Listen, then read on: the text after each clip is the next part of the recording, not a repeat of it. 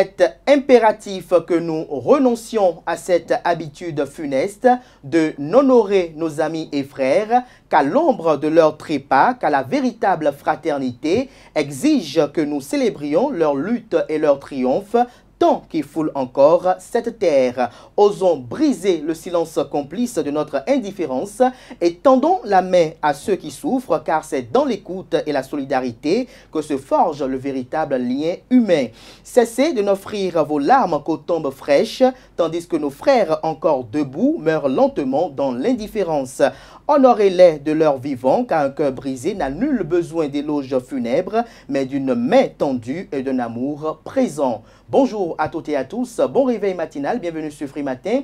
Ce rendez-vous matinal d'information, d'analyse, de divertissement sur ESAE TV, à suivre d'un instant à l'autre la une des journaux que j'aurai à vous présenter afin que vous vous imprégniez des différents sujets qui constituent l'actualité au Bénin au petit matin de ce mercredi 5 février de l'an 2025. Dans l'actualité ce matin, on note que les confrères du plafond au plancher rendent compte des différents recours adressés à la Cour constitutionnelle, ceci en lien avec le débat autour de la nouvelle République et de l'éligibilité de Patrice Talon pour 2026. La presse locale informe également que l'artiste béninois Willy Mignon est décédé au Burkina Faso hier. Dans le bulletin matinal d'information qui sera présenté par Nansérine Fatoumbi, on vous fera suivre les impressions de quelques citoyens rencontrés ça et là dans la ville de Cotonou qui opinent sur l'ambition du président Patrice Talon de démarrer une tournée nationale en avril prochain. Toujours dans le bulletin matinal d'information, vous aurez à suivre les impressions de Agapite Napoléon Mafroikan, consultant médias communication, chroniqueur politique, sur les récents propos de maître Adrien Rumbedi sur l'animation de la vie politique nationale.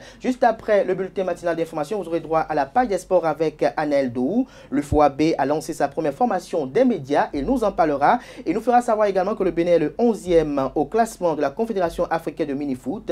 Juste après sa présentation, Anel Dou, bien évidemment, vous aurez les trucs et astuces avec Atifa Olafa, quelques remèdes de grande mère pour stopper l'allaitement vous seront exposés. Le prénom du jour avec Romaric Djesugobrenou nous présente les prénommés Agathe. Juste après lui, vous aurez droit aux prévisions astrologiques avec Komlan Kanté à Moussou. Natifs du signe Scorpion sont les plus favorables pour le compte de cette journée. Natifs du signe, vous pourriez vous trouver dans une sorte de virage. Vous bénéficierez d'une chance énorme. Profitez-en pour mettre en œuvre des projets intéressants. Juste après cela, je vais installer pour vous le panel de discussion avec Carles Epiphane Kitome, autant pour moi, Romaric Djesugobrenou, Atifa et Olafa et Nansrenike Fatoumbi. C'est une histoire anonyme, un ex-mari qui veut faire quitter une femme de son nouveau foyer. On en parlera, je vous donnerai lecture de cette histoire anonyme à l'entame du panel de discussion. Et en fin d'émission, j'aurai à recevoir pour vous avec Atifa Olafa le professeur David Kofi Aza, qui est prêtre de FA, président du Conseil national des cultes endogènes, le CONASEB. Il est également le grand maître de l'authentique universel ordre de la Reine-Mère au Nord. Avec lui, chers amis internautes, on va parler du sujet annoncé mercredi dernier, notamment lié à l'érection des divinités chez soi, à leur réception chez soi, quels sont les enjeux qui y concourent. Et si le temps nous le permet, on fera peut-être un petit commentaire sur l'actualité politique nationale. Voilà un peu la trame de Free Matin ce matin. Merci de votre attention. Tout de suite, on démarre juste après l'instant pub. On démarre avec la une des journaux.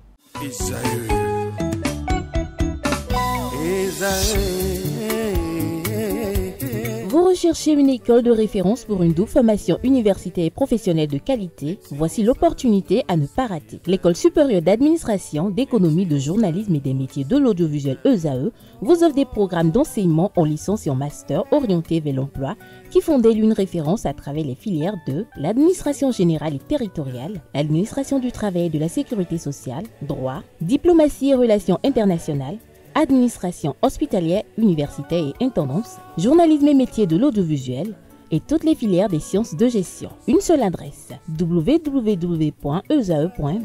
Rendez-vous dès maintenant sur nos campus ESAE Bedromende au numéro 90 93 65 21 ou au numéro 98 98 14 00. Paracourt sur le numéro 52 46 12 12. Aboumé-Calavi au numéro 52 88 44 44. Akpata au numéro 52 88 33 33.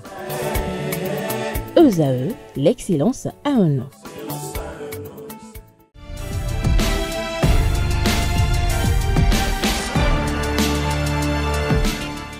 Bonjour à nouveau, chers amis internautes. Nous démarrons cette une des journaux comme il est de coutume par le quotidien Maison, le quotidien béninois d'information générale et d'analyse L'Informateur qui ce matin en manchette nous propose Nouvelle République, troisième mandat, de nouveaux recours à la Cour constitutionnelle. Le Canada nous apprend que sur la question de la Nouvelle République et d'une possibilité d'un nouveau mandat pour le président Patrice Talon, les recours s'enchaînent à la Cour constitutionnelle.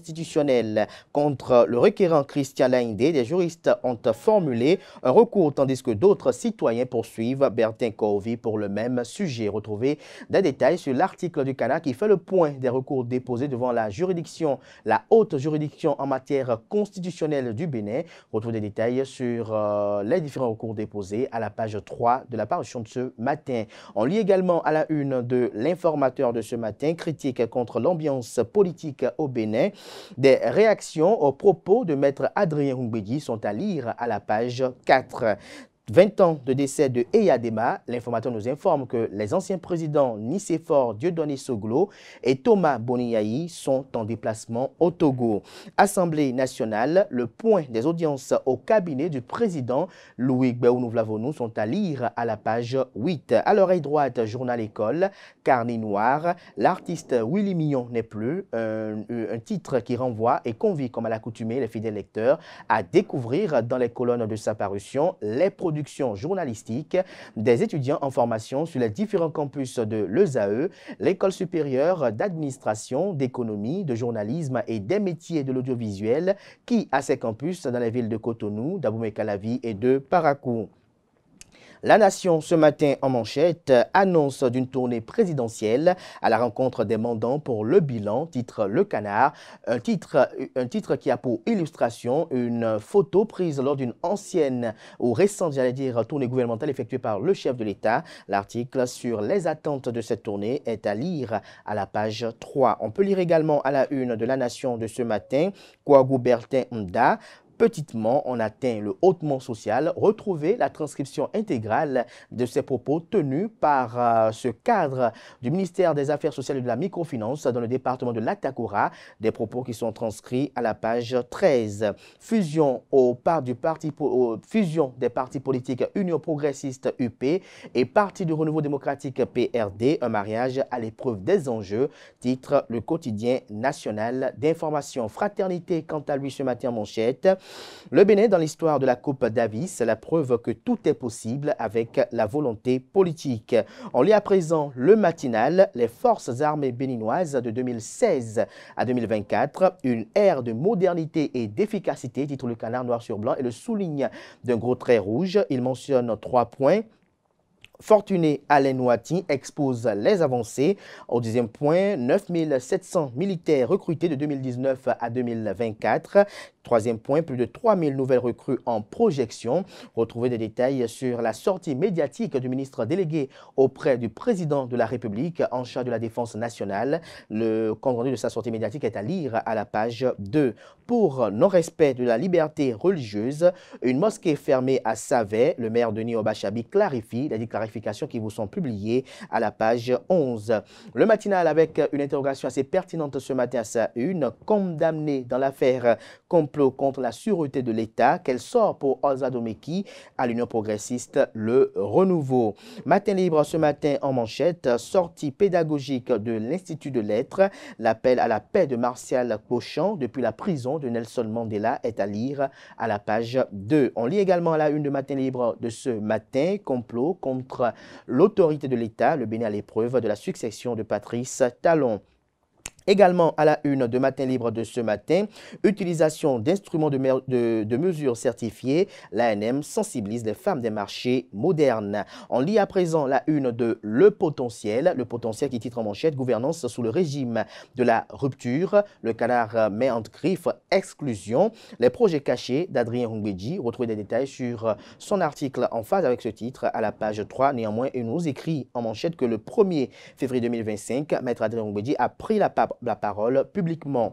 À l'occasion d'une cérémonie de présentation de vœux, le président honoraire de l'Assemblée nationale du Bénin, le plus capé d'ailleurs, a parlé et pas sur n'importe quel sujet, encore moins de n'importe quelle manière. Retrouvez Le décryptage que fait la rédaction de Le Potentiel des récents propos tenus par l'ancien président de l'Assemblée nationale, Maître Adrien Roungbeji. Retrouvez des détails à la page 3 de sa livraison. Célébration des 20 ans de décès d'Eyadema Yassingbe au Togo. Les anciens présidents Nicéphore Dieudonné Soglo, Thomas Boniaï et l'ancien président également du Niger, Mamadou Issifou, se retrouvent à Lomé. Le journal écrit que les anciens présidents sont à Lomé avant de prendre la route pour Kara, où se tiennent les commémorations du 20e anniversaire de décès du président Yassingbe Eyadema ce 4 février. Cette rencontre marque un moment symbolique alors que les dirigeants africains rendent hommage. Retrouvez la suite de l'article du journal en page 2. Carnet noir, l'artiste Willy Mignon rend l'âme à Ouagadougou, renseigne la une de ce matin de Le Potentiel, qui propose également comme titre ce matin à sa une: Fête de la jeunesse au Cameroun, les Camerounais résidant au Bénin célèbrent l'événement. L'événement précis, quant à lui, propose sur la gouvernance talon. Maître Adrien Roungbeji lance une polémique. Vague de réactions. Rachid Badamassi relève des contradictions chez Maître Adrien Roungbeji. L'intégralité de la déclaration à polémique de Roungbeji est à retrouver à la page 2 de sa parution. Le Canard propose à la page 3 de sa parution que Maître Adrien Roungbeji a laissé entendre que le PRD n'a pas disparu. Nous devons poursuivre notre rêve. Retrouvez des détails sur les interprétations de ses propos à la page 3 de sa livraison. Modernisation des forces armées béninoises. Alain Fortuné-Noatin dévoile les efforts du gouvernement contre le terrorisme et la piraterie. 15 millions de francs CFA offerts aux ayants droit par soldats tués avec d'autres avantages, lesquels vous sont déclinés à la page 7 de la livraison. On lit à présent l'économiste, financement du développement. Serge Ekoué présente la finance afro-arabe. Toujours à la une du premier quotidien économique du Bénin, cybersécurité en Afrique, Cotonou accueille la 5e édition du Cyber Africa Forum les 24 et 25 juin 2025. Nord-Sud quotidien avec une information majeure ce matin en manchette: présidentielle de 2026, le candidat de la majorité désigné en mai prochain. On lit à présent Bénin intelligent, 9 ans de gouvernance, Patrice Talon face au peuple en avril prochain. Le quotidien L'Emblème du jour nous apprend, Union progressiste Le Renouveau, Parfait Arroyo de l'ex-parti du Renouveau démocratique, nommé porte-parole du parti, Annick Djimadja promu. Retrouvez des détails sur les récentes promotions effectuées au sein du parti politique Union progressiste de Renouveau dans les colonnes de la parution de ce matin du journal. Toujours à la une de L'Emblème du jour de ce matin, deuil à Kétou, l'ancien député Kakpo Zanou est décédé. Le Télégramme ce matin, 3e mandat de Patrice Talon, des juristes attaquent le recours de l'AND devant la Cour constitutionnelle. On lit également à la une de Le Télégramme de ce matin, présidentielle de 2026. Le candidat de la mouvance connu en mai 2025, Patrice Talon, entame une tournée nationale d'au revoir. On passe à présent à décryptage info, gouvernance de Patrice Talon, entre triomphe annoncé et paupérisation persistante. La boussole, quant à lui, il titre ce matin à sa une: tentative d'évasion spectaculaire de la prison d'Abomey-Calavi, un faux avocat détenu et déguisé en femme condamné à 10 ans. L'artiste Willy Mignon n'est plus. Le journal nous apprend que l'artiste béninois, auteur de la chanson Noudiou, a rendu hier l'âme au Burkina Faso des suites d'une courte maladie. Employé dans un établissement nommé Royaume des Stars de Pissi à Ouagadougou, il aurait succombé à une courte maladie à l'hôpital Yelgado, portant à 3 le nombre d'artistes béninois décédés ces derniers jours. La rédaction du journal rend un vibrant hommage à sa famille biologique et à sa famille artistique. On découvre à présent les 4 vérités pour finir.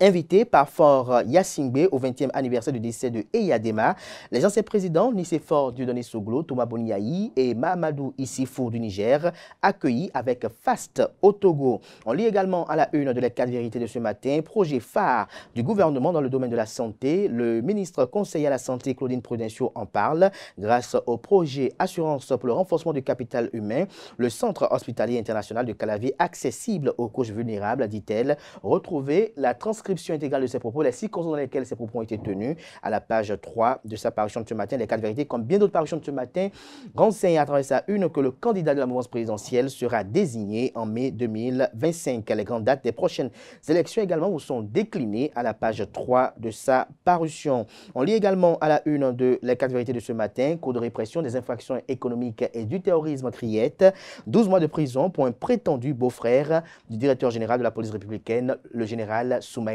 Yaya. Également, à la une du Canard ce matin, Bénin Dama retour chez le maire d'Ansou. L'inondation, un phénomène cyclique qui freine la commune d'Atiémé. Ce sera tout pour la présentation de quelques titres parus ce jour dans la presse locale. Les quotidiens sont disponibles dans les kiosques, également accessibles en ligne pour ceux d'entre eux disposant bien évidemment d'un site internet. Merci de votre attention. Place à présent au bulletin matinal d'information et à la page des sports.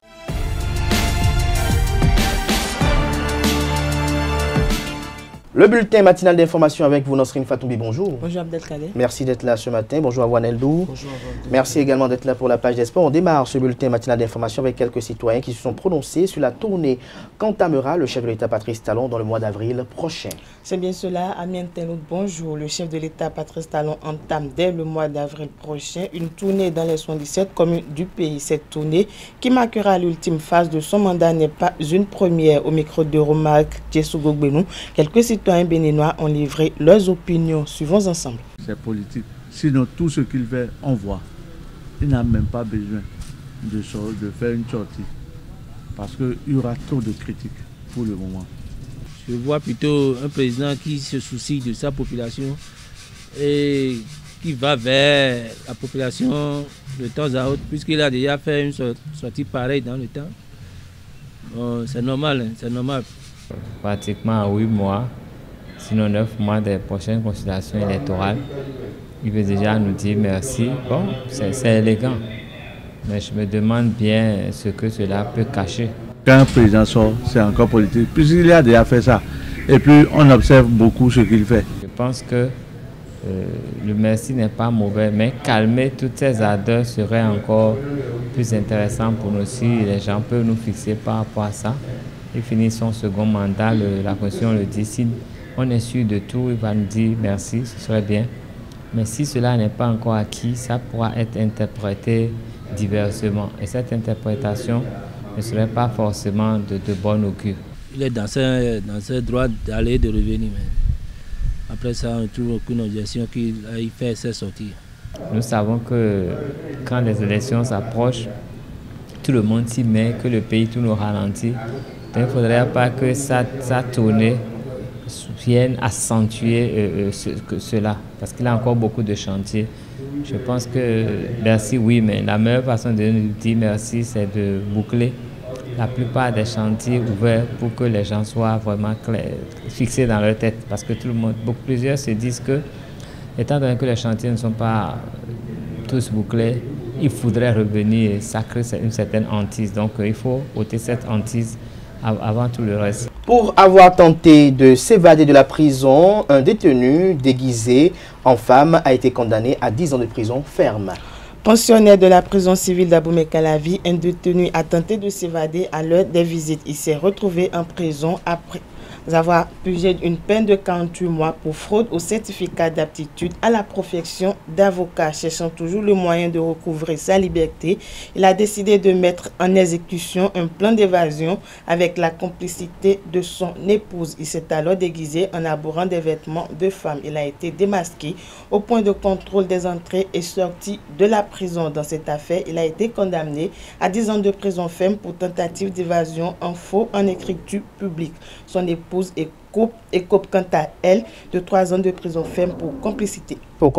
Et puis on passe au consultant politique Agapit Napoléon Maforican qui s'est prononcé sur les récentes déclarations de Maître Adrien Oumbédi qui font couler beaucoup d'encre et de salive. C'est bien cela lors d'une rencontre ce week-end entre les membres du Parti du Renouveau démocratique. Maître Adrien Oumbédi s'est prononcé sur la situation politique actuelle au Bénin, plaidé pour la libération des prisonniers politiques et le retour des exilés politiques. Selon le consultant politique Agapit Napoléon Maforican, il s'agit d'une mauvaise sortie. On le suit au micro de Francis Fahmy. Disons que Maître Adrien Oumbédi, en tant qu'homme politique et en tant que citoyen, a le droit de se prononcer sur l'actualité, donc c'est son droit absolu. Mais compte tenu de sa personnalité, de sa carrure, de ses relations privilégiées avec le chef de l'État, je pense que le canal et le timing choisi ne sont pas les plus appropriés. Et ensuite, le contenu même du message. Lorsque quelqu'un de la majorité présidentielle parle de détenus politiques ou des personnalités très honorables, pour qui j'ai beaucoup de respect, mais condamnés, jugés par une cour criminelle pour des affaires prétendus, présumés criminels, condamnés par la Cour, il est évident qu'ils n'ont pas été en prison par leur opinion politique. Donc, on ne peut pas parler de détenus politiques, à moins que on me contredise avec des cas concrets. Donc, malgré tout le respect qu'on a pour ces personnes en prison, on ne peut pas parler de détenus politiques. Or, ce langage-là est là depuis. On parle d'exilé politique. Bon, exilé encore, on peut comprendre, mais politique. En quoi c'est politique? L'idéologie d'ici, est-ce qu'il y a une idéologie ici qu'on c'est au nom de leur opinion politique qui sont dehors là. C'est des éléments de droit commun qu'on leur reproche. Donc, que ce soit ceux qui sont en prison, condamnés par la Cour criminelle, ou ceux qui sont dehors parce qu'ils fuient la justice, ces cas ne peuvent pas être rassemblés dans le cas de détenus politiques. Sous les régimes de partis uniques, on comprendrait. Donc, je donne en démocratie, chacun doit répondre de ses actes. Alors donc, dans le contenu de ce qu'il dit, il a la liberté de le dire, mais le dire de cette manière pose un problème de contenu du message et de la qualité de celui qui délivre ce message. L'article 104 de notre Constitution, on le rappelle très peu. Et tout citoyen a l'impérieux devoir de respecter quoi qu'il en coûte. Ou bien, dans tous les cas, la Constitution et les lois et règlements qui en découlent. En tel, c'est une violation de la Constitution. Lorsque un avocat de la trempe de Maître Adrien Bondine, un défenseur de liberté, dit ce genre de choses, ça pose un problème. Donc la première chose, c'est d'abord les qualifications. Le politicien lambda peut le dire. On peut lui parler de l'immaturité et autres, mais lui, avec son expérience, avec sa carrière, avec sa personnalité, avec tout, et son arrimage au droit, ça pose un peu un problème. Il faut qu'on nous définisse c'est quoi le détenu politique, c'est quoi l'exilé politique, c'est quoi le détenu simple, c'est quoi l'exilé simple. Il faut que nous comprenions ces choses. Donc, c'est le premier. Ensuite, j'ai parlé du timing. Comme je l'ai dit, aujourd'hui, on vient de finir un procès assez éprouvant pour les gens de la majorité, mais sans doute pour les chefs de l'État lui-même. Alors, opiner ici dans le procès de cette manière-là, lorsqu'on a eu deux avocats qui ont débattu en contradictoire et qui ont, pas de moyens de mettre Babarapé et Maître Salvadou, qui ont quand même montré que le procès globalement s'est bien déroulé. Sauf un incident sur la composition. Et bon, donc, il y a avoir des incidents dans le procès. Mais, de toute façon, il a qualifié ça. Et enfin, il a repris le diatribe du Parti des démocrates à l'assise nationale. Mais pour faire quoi? Dans un régime démocratique où les termes sont respectés, où les institutions tournent, quelle est l'utilité d'assises nationales à imposer? Il y a eu le dialogue politique. Il y en a eu. Alors, les gens ont refusé de venir à l'époque. Mais ceux qui sont allés ont eu des résultats concrets. Alors, est-ce que tout le temps il faut faire assises nationales, libérer les détenus politiques, les exilés politiques? Finalement, est-ce que ça ne fait pas désordre? Donc voilà un peu, oui, Maître Adrien Bondine a le devoir, a le droit, mais au même moment, compte tenu d'un certain nombre de paramètres, moi j'estime qu'il aurait dû trouver un canal et échanger avec le président de la République et directement, ou alors charger le président de son parti ou les membres du parti. Enfin, il évoque le PRD, oui, certainement. Lui gardera le PRD en pensée pendant toute sa vie, sans doute. Mais le PRD n'existe plus, ça ne doit plus exister. C'est fini. Dans les partis régulièrement constitués aujourd'hui au ministère de l'Intérieur, le PRD ne doit plus en faire partie. Ça ne veut pas dire que le PRD, dans l'esprit de ceux qui ont été PRD, a ses valeurs. Mais ces valeurs doivent se fondre maintenant dans l'autre parti. Et donc, l'un dans l'autre, disons, à mon humble avis, c'est une très mauvaise sortie. La directrice de l'organisation non gouvernementale Icône 360 degrés a livré son opinion sur le thème de l'édition 2025 de la Journée mondiale de lutte contre le cancer.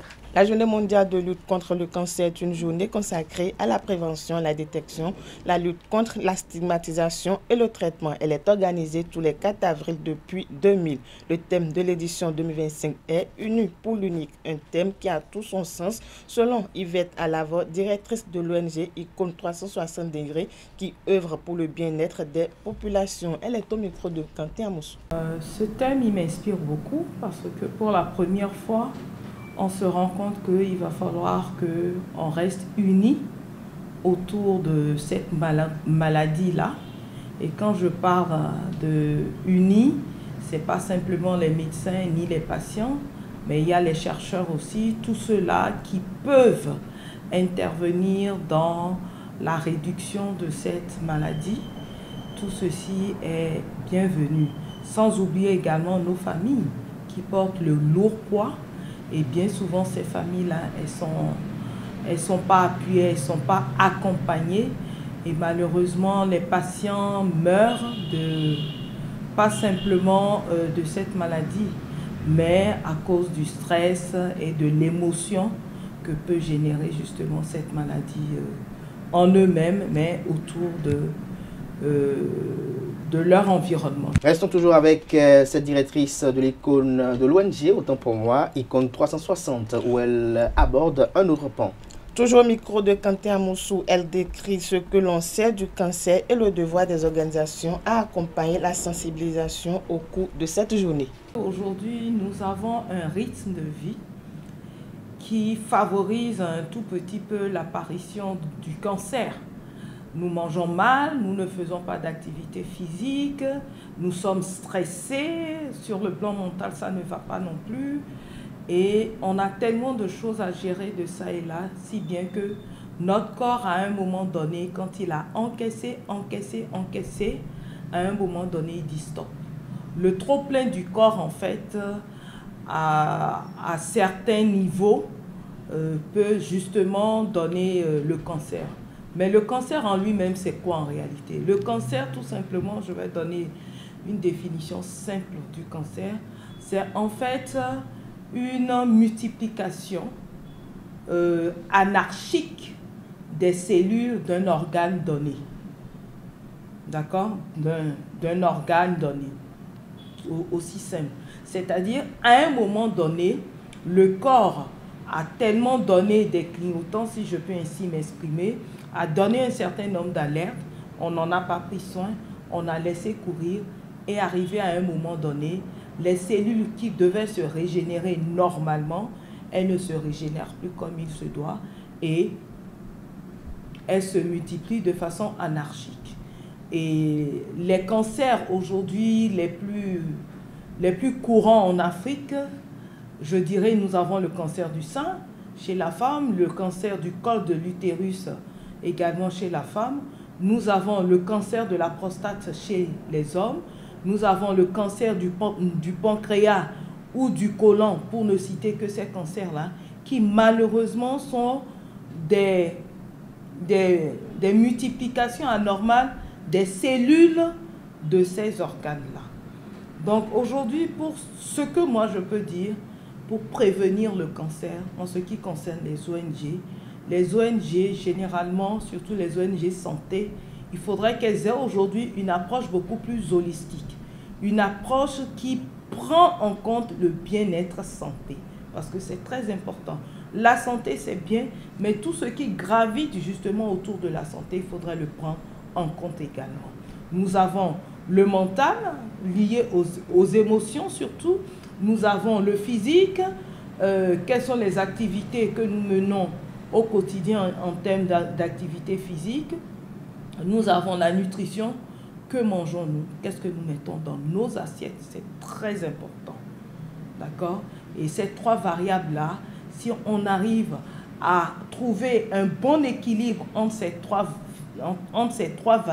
variables, associées justement à la santé, je crois que nous pourrons de façon assez drastique réduire justement la prolifération des cancers dans nos sociétés. Une mosquée située dans l'arrondissement d'Adido à Savè a été fermée suite à une décision du conseil communal. Pour préserver la paix au sein de la communauté à Savè, une mosquée a été fermée. La décision a été prise par le maire Denis Obachabi à travers un arrêté en date du 31 janvier 2025. Selon les informations, l'imam Ismaël Dosoumou aurait tenu lors de ses prêches des propos offensants sur le culte. L'imam a été aussi suspendu pour 6 mois. Le maire Denis Obachabi a insisté sur la nécessité de promouvoir la tolérance et le respect mutuel en invitant tous les fidèles, quelle que soit leur confession, à préserver la paix. Merci à vous, Nasrine Fatoumi, pour cette présentation du bulletin matinal d'information. On retrouve à 19h si tout va bien. Et Itayo Atifa Olafa pour la grande édition du journal télévisé sur Usaï TV. Place à présent à la page des sports sur Free Matin. Analdo, bonjour à nouveau. Bonjour à vous. L'UFOAB a lancé sa première formation des médias. Effectivement, l'Union des fédérations ouest-africaines de football, zone B, UFOAB, a lancé hier mardi 4 février 2025 sa toute première formation des médias au siège de l'organisation à Abidjan. Cette initiative marque une étape cruciale dans le développement de la communication sportive au sein de la région. Le président de la Fédération ivoirienne de football a officiellement inauguré la session aux côtés du directeur exécutif de l'UFOAB, Philippe Thierry. Ce dernier a chaleureusement accueilli les participants venus des 7 pays membres, le Bénin, le Burkina Faso, la Côte d'Ivoire, le Ghana, le Niger, le Nigeria, le Togo et bien sûr l'UFOA. Thierry a souligné l'importance de cette formation pour améliorer la qualité de la communication dans la zone UFOAB, s'inscrivant dans la continuité des efforts de l'organisation pour renforcer les compétences dans des secteurs clés. Cette initiative fait suite aux précédentes sessions organisées par les coordonnateurs généraux et les secrétaires généraux des fédérations. La première journée de formation a été animée par Joël Niansou, président du réseau des médias numériques de Côte d'Ivoire, apportant son expertise en communication digitale sportive. Cette formation témoigne de l'engagement continu de l'UFOAB à professionnaliser ses structures et à s'adapter aux évolutions du paysage médiatique moderne dans le domaine du football ouest-africain. Le Bénin est 11e au classement de la Confédération africaine de mini-football. La Confédération africaine de mini-football a rendu public le rang occupé par les différents pays africains dans cette discipline sportive depuis sa création. Ainsi, sur 45 pays membres, le Bénin est 11e du classement général avec 100 points réunis depuis 2016, date de la création de la dite confédération. La Tunisie, l'Égypte et la Libye occupent les 3 premières places avec respectivement 534, 426 et 374 points accumulés. Pour la suite, le Bénin ambitionne de non seulement consolider et améliorer sa position, mais aussi de s'imposer sur le plan continental lors de la Coupe d'Afrique de mini-football qui mettra au défi 16 pays africains du 16 au 25 avril 2025 à Derma en Libye. À Derma en Libye, et puis on finit avec Rodolphe Aloko qui reprend du service en Croatie. Rodolfo Aloko va enfin effectuer son grand retour aux affaires. Disparu des radars depuis la CAN U20 2022 en Égypte, l'ancien joueur de Dynamo Dabomey a désormais signé son premier contrat professionnel avec une formation croate pour poursuivre sa carrière. En effet, on apprend que l'international U20 s'est engagé pour 3 ans et demi avec le NK Kutosia Zagreb, club dont l'équipe première évolue en Dougra, la 3e division croate. A noter également que Rodolfo Aloko n'intégrera pas directement l'effectif principal du club. Le jeune Guépard devra d'abord faire face à des épreuves en catégorie d'âge, catégorie U19, avant une éventuelle promotion. L'attaquant béninois, ancien sociétaire de Dynamo d'Abomey, entre alors pour cette nouvelle saison qui va commencer dans le championnat croate en mode revanche pour essayer de gagner une place en sélection nationale. Merci à vous, Anaël Dou, pour cette présentation de l'actualité sportive. Merci une fois encore à vous, Nasrine Fatoumbi, pour votre présentation du bulletin matinal d'information. Chers amis internautes, à présent, on convoque en plateau Atifa Olafa pour la définition, autant pour moi, les trucs et astuces. Et puis, Romaric Djesougo Benou pour le prénom du jour.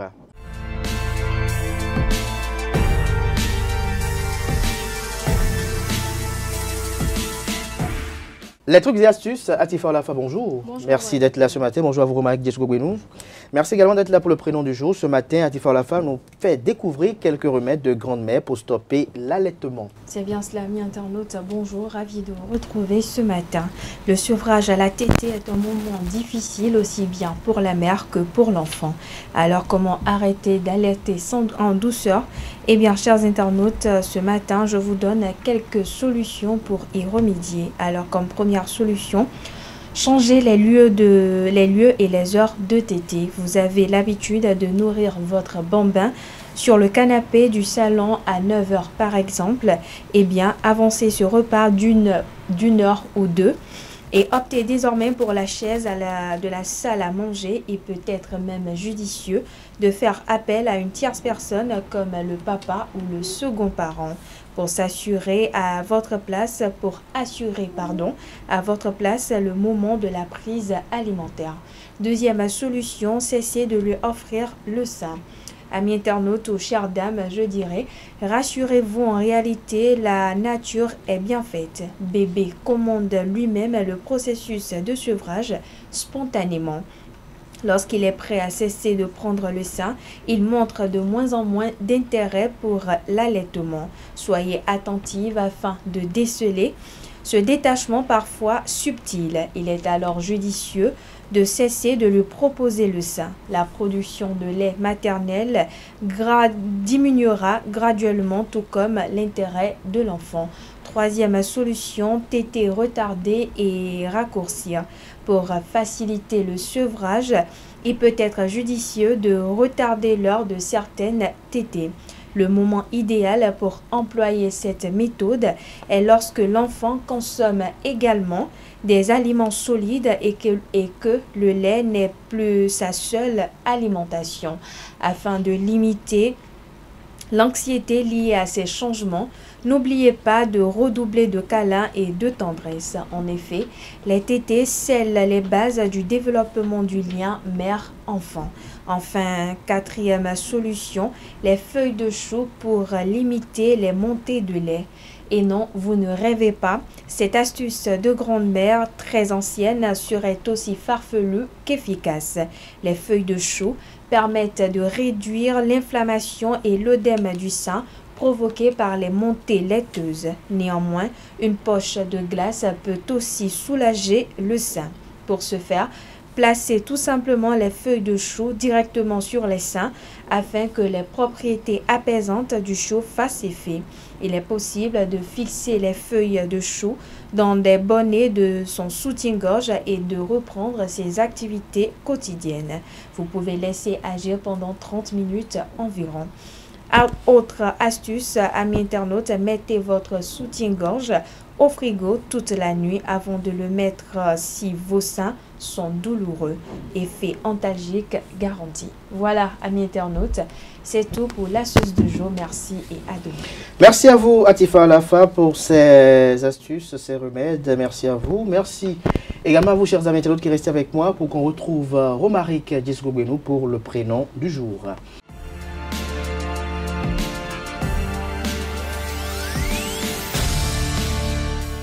Bonjour à nouveau Romaric. Ce matin, vous nous faites découvrir les prénommés Agathe. Oui, c'est de ces personnes-là qui portent comme prénom Agathe que nous allons parler ce matin. Amis internautes, bonjour.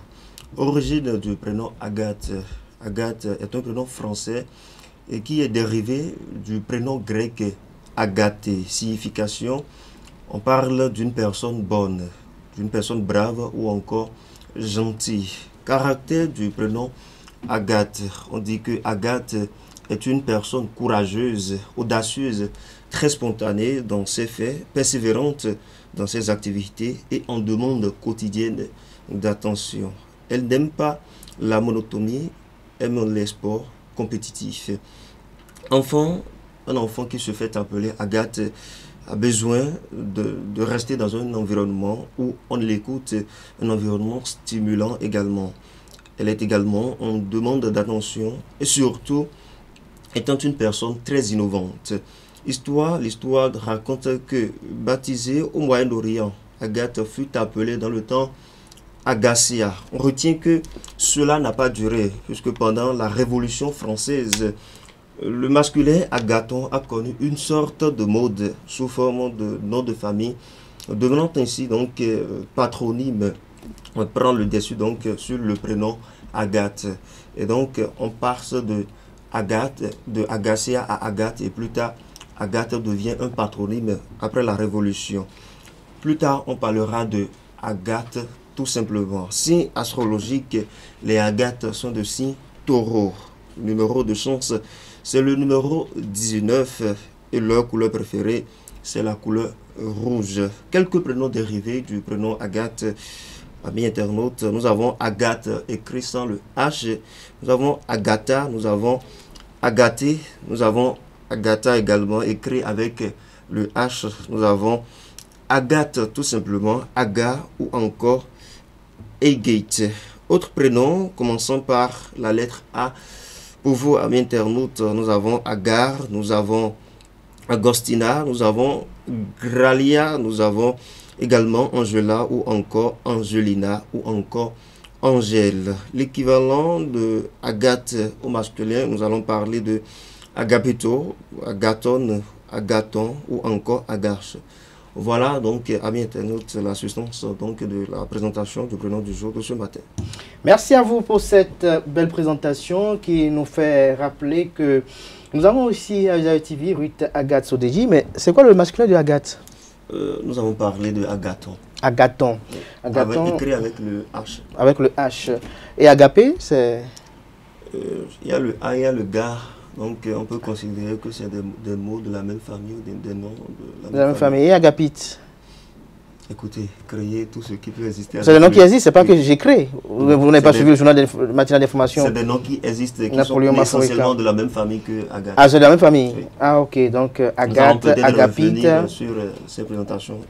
Merci à vous pour ces présentations. On se retrouve tout à l'heure pour le panel de discussion. Pareil pour vous pour Atifa Olafa. À présent, on passe aux prévisions astrologiques.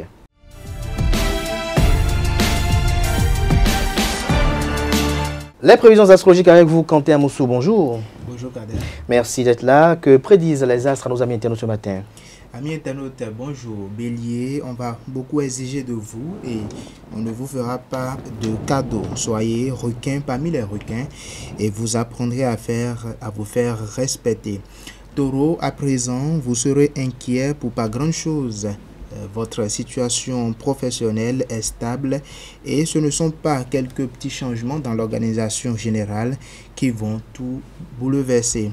Gémeaux, il y a fort à parier que vous vous retrouverez surchargé de rendez-vous ou bien même vous passerez la journée au téléphone. Faites comprendre à votre entourage que vous n'avez pas 4 bras.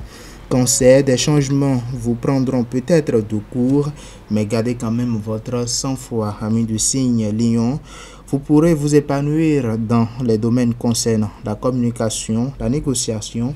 Et si vous travaillez dur sur un dossier délicat, une réunion avec vos collaborateurs pourrait vous faire sortir de l'impasse. Vierge, à présent, attention aux jeux de hasard qui pourraient en décevoir plus d'un. Attention aux jeux de hasard qui pourraient en décevoir plus d'un. Balance, vous débordez de créativité, de nouveaux projets vous seront seront mis à votre disposition. Scorpion, vous pourriez vous trouver dans une sorte de virage. Vous bénéficierez en ce moment même d'une chance énorme. Profitez-en pour mettre en œuvre des projets intéressants. Sagittaire, vous pourrez vous offrir quelques fantaisies sans déséquilibrer votre budget. Laissez-vous aller. Amis du signe Capricorne, à présent, votre mémoire vous sera d'un grand secours aujourd'hui. Elle vous évitera de perdre un temps précieux de recherche inutile. Verseau, vous en avez vraiment envie de réussir et vous mettrez tout en œuvre pour y parvenir. Vous vous donnerez à fond, j'allais plutôt dire, et si vos efforts ne payent pas, surtout, ne vous découragez pas, restez tout de même patient. Enfin, Poisson, faites preuve de souplesse et de tolérance pour tirer le meilleur parti des chances qui sont à votre portée. Et voilà, c'est tout pour l'horoscope de ce matin. Merci à vous, Quentin Amoussou, pour cette belle présentation des prévisions astrologiques. À présent, on convient en plateau Carles Epifane Kitome, Romaric Djesougo Benou, Atifaye Tayolafa et Nasri Nanike Fatumbi pour le panel de discussion.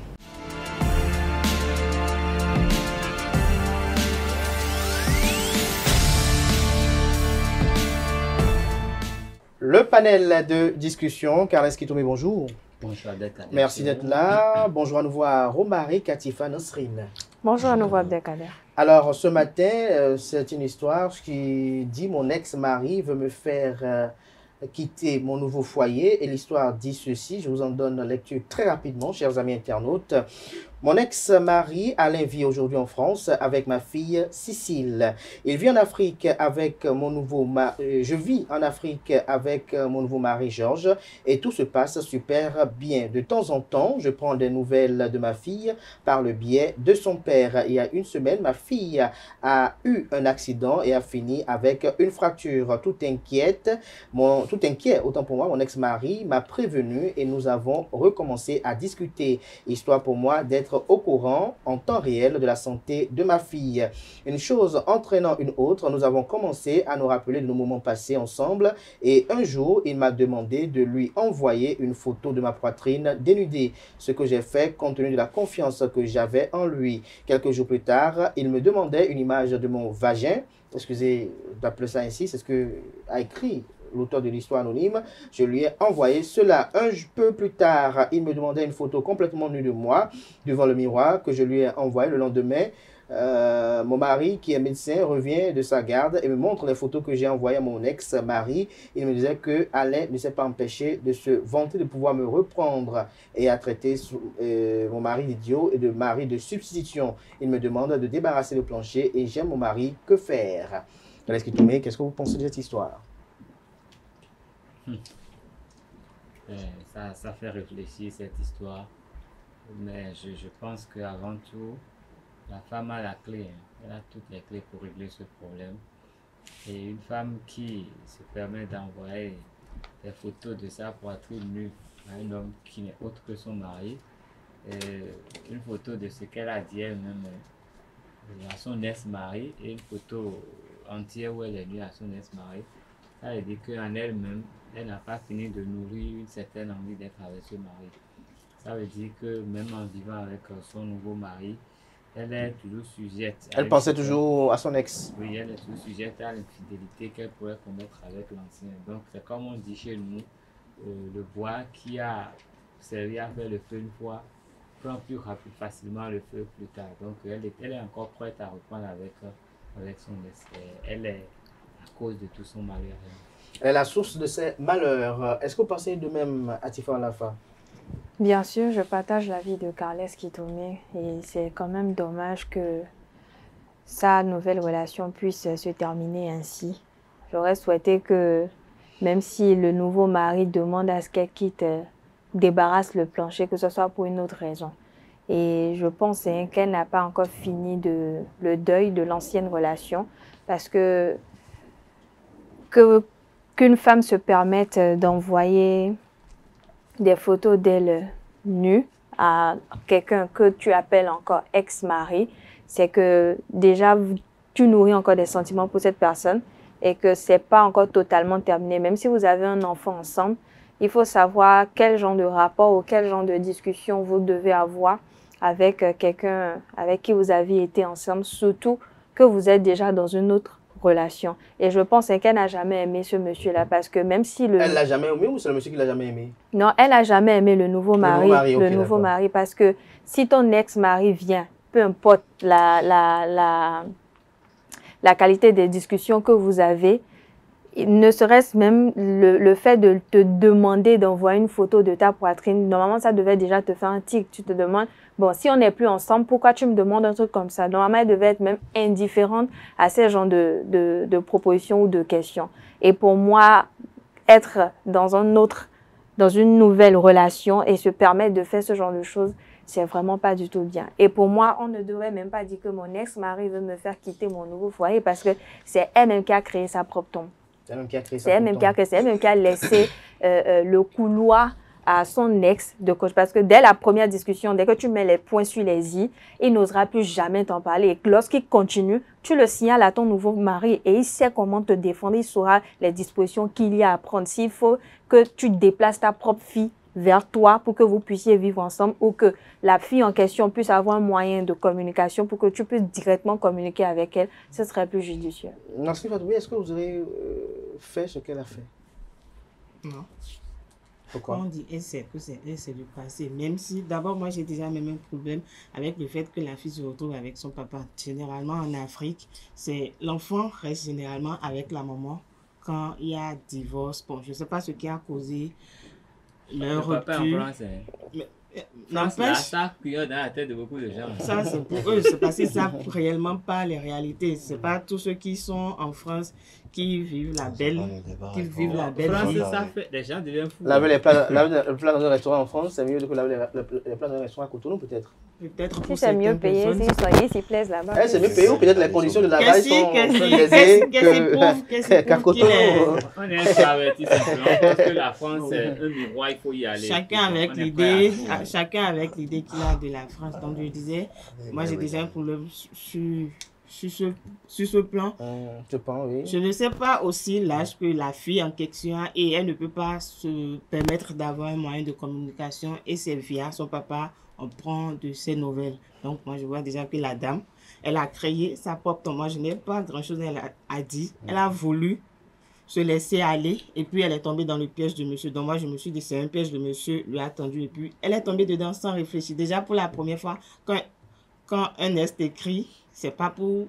On dit, comme Canès l'a dit, le bois qui a servi à faire du feu une fois, quand tu l'allumes une dernière fois, ça prend vite. Donc moi je vois qu'elle a créé sa propre tombe. Quelqu'un qui te demande, déjà, faut réfléchir, il te demande d'envoyer la photo de ta poitrine nue. Tu n'as pas posé de questions pour savoir... Est-ce qu'elle devait poser des questions si l'homme lui demande ça, peut-être qu'ils avaient c'est son ex, c'est pas son mari. Si c'était son mari aussi, ça laisse à désirer. Même si c'est son mari, même si c'est Roro, si c'est nouveau, ça, moi si j'étais à ça, même si c'est son mari, ça laisse à désirer. Mon mari qui me demande la photo de ma poitrine, il me voit pas à la maison. Et si c'est arrivé au boulot, il va me demander la photo.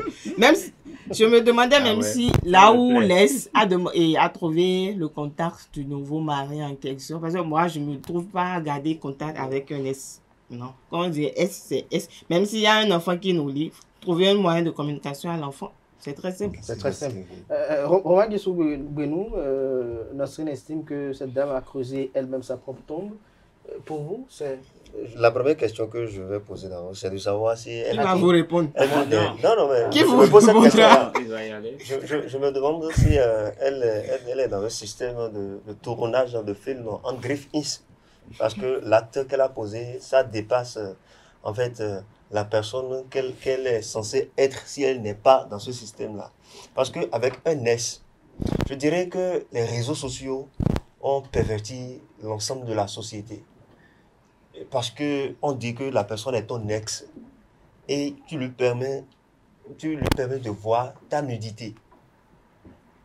En fait, lorsqu'une femme finit une relation avec quelqu'un, elle commence avec une autre personne, on ne se souvient plus de tout ce qu'on a vécu avec l'autre. Je ne vous coupe pas. À un moment donné, elle a dit dans l'histoire que lors de lors des échanges, elle a commencé par se remémorer des anciens temps. Donc, ce qui veut dire que c'est pas pour la première fois, il faisait un truc pareil. D'accord, vous m'avez coupé quand même. C'est quand même bien ce que vous avez dit. En fait, moi, je trouve que elle s'est laissée aller. Elle est naïve. Elle s'est dit que elle a fait elle est fautive en fait, parce que elle ne peut pas, même à son mari qui est à l'étranger, il peut faire appel vidéo, mais elle peut pas lui envoyer de nudité, de photos d'elle nuit des temps. En fait, elle a commencé par les seins. Elle a commencé par lui envoyer les seins. Elle est descendue. Elle est allée à la machine. C'est grave. Elle est en train de jouer un film en griffe. Non, c'est pour ça que je disais tout à l'heure, elle n'a pas fini le deuil de la relation.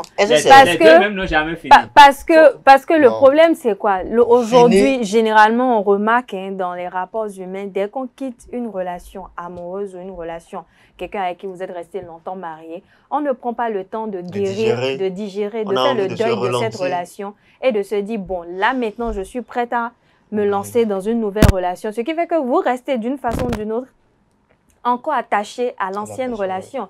Et là, vous avez même un enfant en commun. Je crois que c'est comme Nasri l'a dit, tout dépend déjà de comment vous avez renoué les liens. La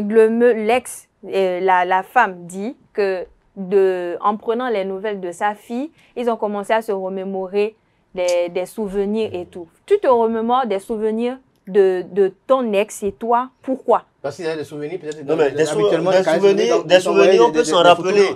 Oui, mais des souvenirs, on peut s'en rappeler.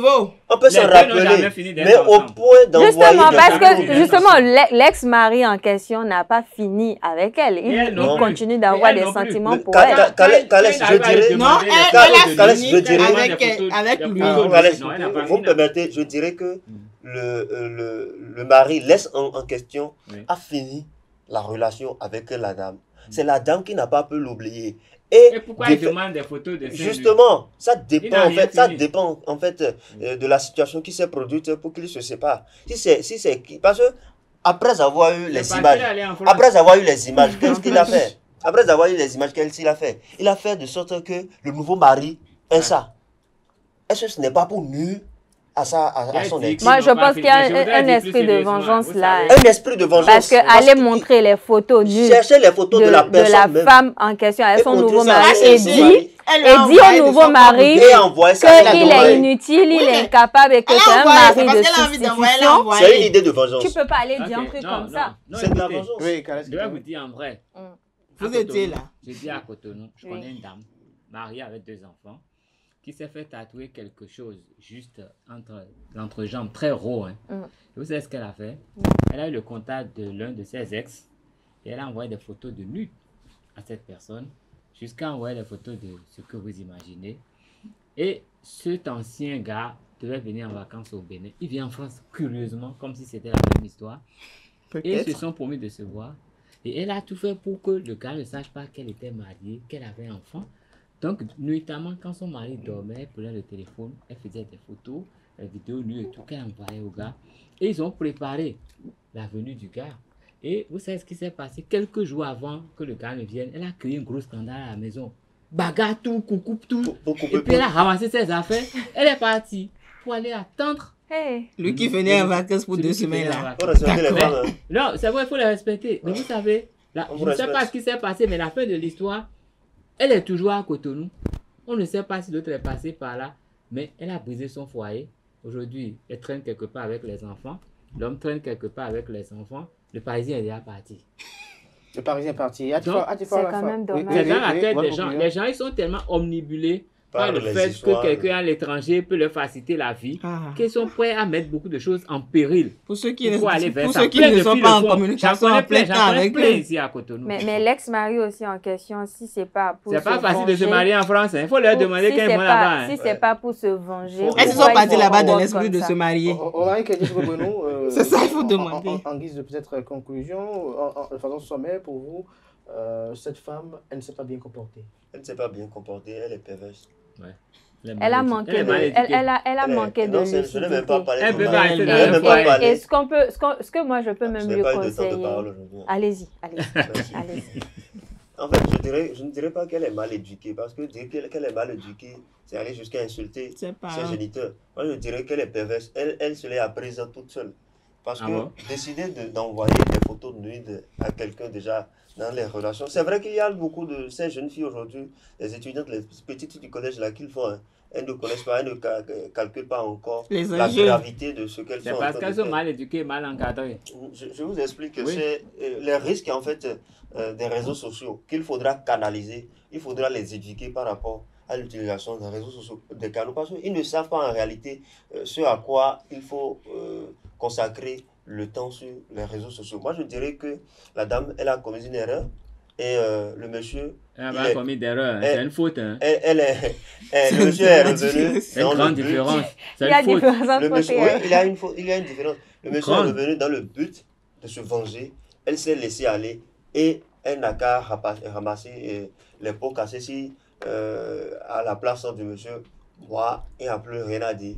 C'est hasta la vista. Hasta la vista pour... Quel pas de un petit commentaire pour comme je l'ai dit, elle a voulu se creuser sa propre tombe. Donc moi, je crois que d'abord, elle a eu même la chance, son actuel mari n'a pas retrouvé les images en question sur les réseaux et laisse lui envoyer ça directement déjà. Ils ne sont pas encore à cette étape-là, ça va venir. Non, peut-être qu'il n'a pas pensé à faire ça. Il a directement envie de se venger des deux, peut-être du mari en question ou bien de son ex-compagne en question. On ne sait même pas si il a arraché, le mari même en question a arraché et la femme de l'autre, ils ne se sont pas vraiment séparés. On ne sait même pas tout le point de l'histoire. Donc moi, je crois que si le monsieur demande le divorce, il a pleinement raison, mais qu'il réfléchisse. Peut-être ils ont aussi des enfants, donc les enfants séparés des parents, actuellement dans notre société, c'est pas très bien vu. Donc, qu'il réfléchisse encore à sa décision. S'il veut le renvoyer chez ses parents pour 6 mois,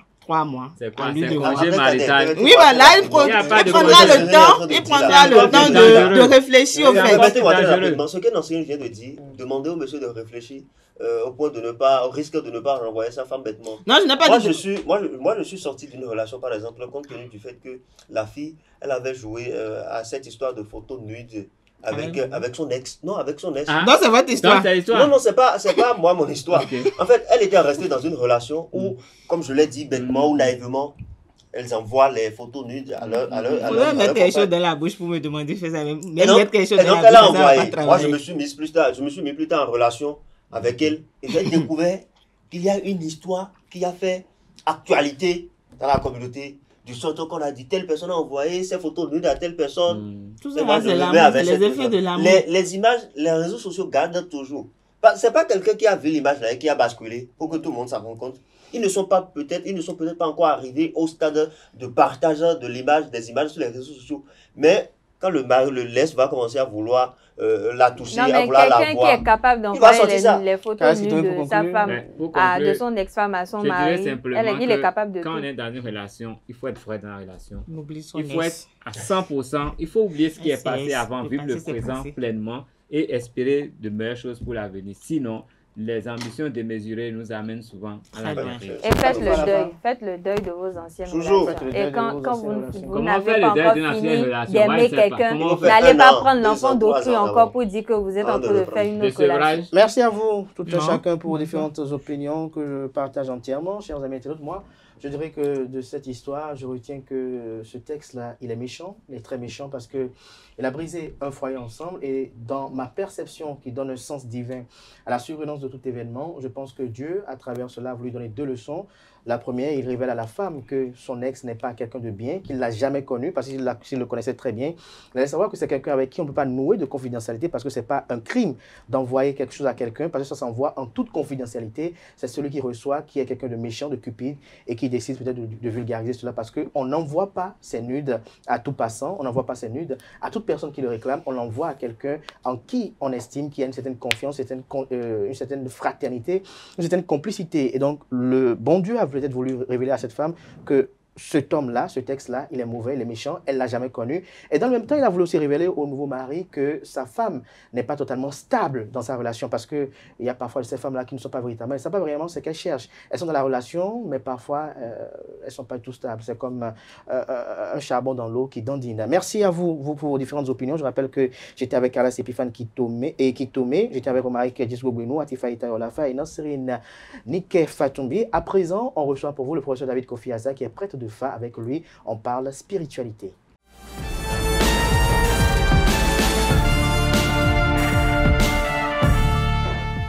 L'invité de ce matin, comme tous les mercredis, David Kofi Aza, bonjour. Bonjour. Merci d'avoir honoré le rendez-vous pris. C'est un devoir. C'est un devoir. Président du Conseil national des cultes endogènes, prêtre de Fa, également grand maître de l'authentique ordre de la Reine-Mère au Nord. Merci à vous, Atifa Olafa, d'être avec moi pour cet entretien. C'est un plaisir d'être là. Bonjour à nouveau. Bonjour à nouveau. Bonjour à vous, professeur David Kofi Aza. Alors, on parle de la réception et de l'érection des divinités chez soi. D'entrée, dites-nous comprendre concrètement par divinité et quels sont les différents types de divinités que l'on peut ériger chez soi. Déjà, on parle de divinité pour les énergies qui sont apprivoisées. Parce que nous avons des énergies apprivoisées, nous avons des énergies dirigeables. Les énergies dirigeables sont appelées Bo. Les énergies apprivoisées sont appelées Vodou. Donc la divinité. On peut ériger plusieurs formes de divinités chez soi. D'abord, nous avons la décade divine et nous avons maintenant les divinités exogènes. Au niveau de la décade divine, nous avons le Legba, le Lissa, le Minona, le Sapata, Toro, Soudan, Hebioso, Gou, Roho, Torio et puis même Loko. Donc, c'est des divinités de base qu'on peut ériger chez soi. Maintenant, nous avons des divinités exogènes. Et là, c'est à foison. Nous avons par exemple le Tron, le Mami, le Koku, le Djagli, le Gambara, la Tigali. Toutes ces divinités exogènes sont des divinités qu'on peut également avoir chez soi, toujours dans le but de protéger sa famille, de se protéger. Est-ce qu'on reçoit une divinité chez soi ou on décide d'ériger une divinité chez soi sur la base d'un coup de tête ou sur la base de la connaissance de l'efficacité de cette divinité dans la vie de quelqu'un? Non, les divinités de base ne sont pas des divinités qu'on érige sous un coup de tête. Mais les divinités exogènes, oui. Les divinités exogènes, celui qui a par exemple quelques soucis peut-être de sorcellerie ou d'envoûtement et autres, peut décider d'avoir chez lui le tronc par exemple, ou le Atigali par exemple. Et là, ça c'est la volonté. Mais par contre, les divinités de base, qu'on appelle les Vodou Aïdje, s'érigent seulement sur deux conditions. La première, c'est qu'on est allé faire l'initiation au Fa, et son Fa l'a désigné nommément. C'est-à-dire que sur chaque signe du Fa, il y a des divinités qui sont présentes. Et quand la divinité est présente sur votre signe du Fa, vous pouvez, si votre Fa l'autorise, l'ériger chez vous. En d'autres termes, est-ce que ce que vous dites là, c'est que lorsque vous êtes d'un signe temps, par exemple, Bémédi ou je ne sais pas, et que sur le signe là, il y a par exemple une divinité temps ou bien Legba, est-ce que forcément vous devez avoir le temps là chez vous? Est-ce que c'est de facto ou bien c'est de consultation en consultation que vous y arrivez? C'est pour ça que j'ai dit que tout à l'heure que c'est sur deux conditions. La première, c'est que vous l'avez sur votre signe du Fa, et là le Fa peut l'exiger. Quand le Fa peut ne pas l'exiger.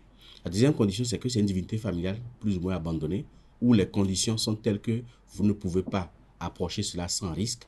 Vous pouvez maintenant demander, parce que vous êtes issu de cette famille-là, vous pouvez demander l'érection de la divinité, donc un réceptacle de la divinité chez vous, et à partir de chez vous, vous pouvez rentrer en contact.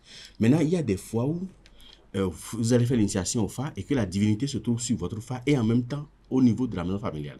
Là, vous n'êtes pas obligé d'ériger ce qui est sur votre signe du Fa. Si la maison familiale vous est propice, si vous êtes favorable et que c'est sans risque, vous pouvez maintenant, à chaque fois, de temps en temps, aller vitaliser cette divinité-là directement au niveau de la maison familiale.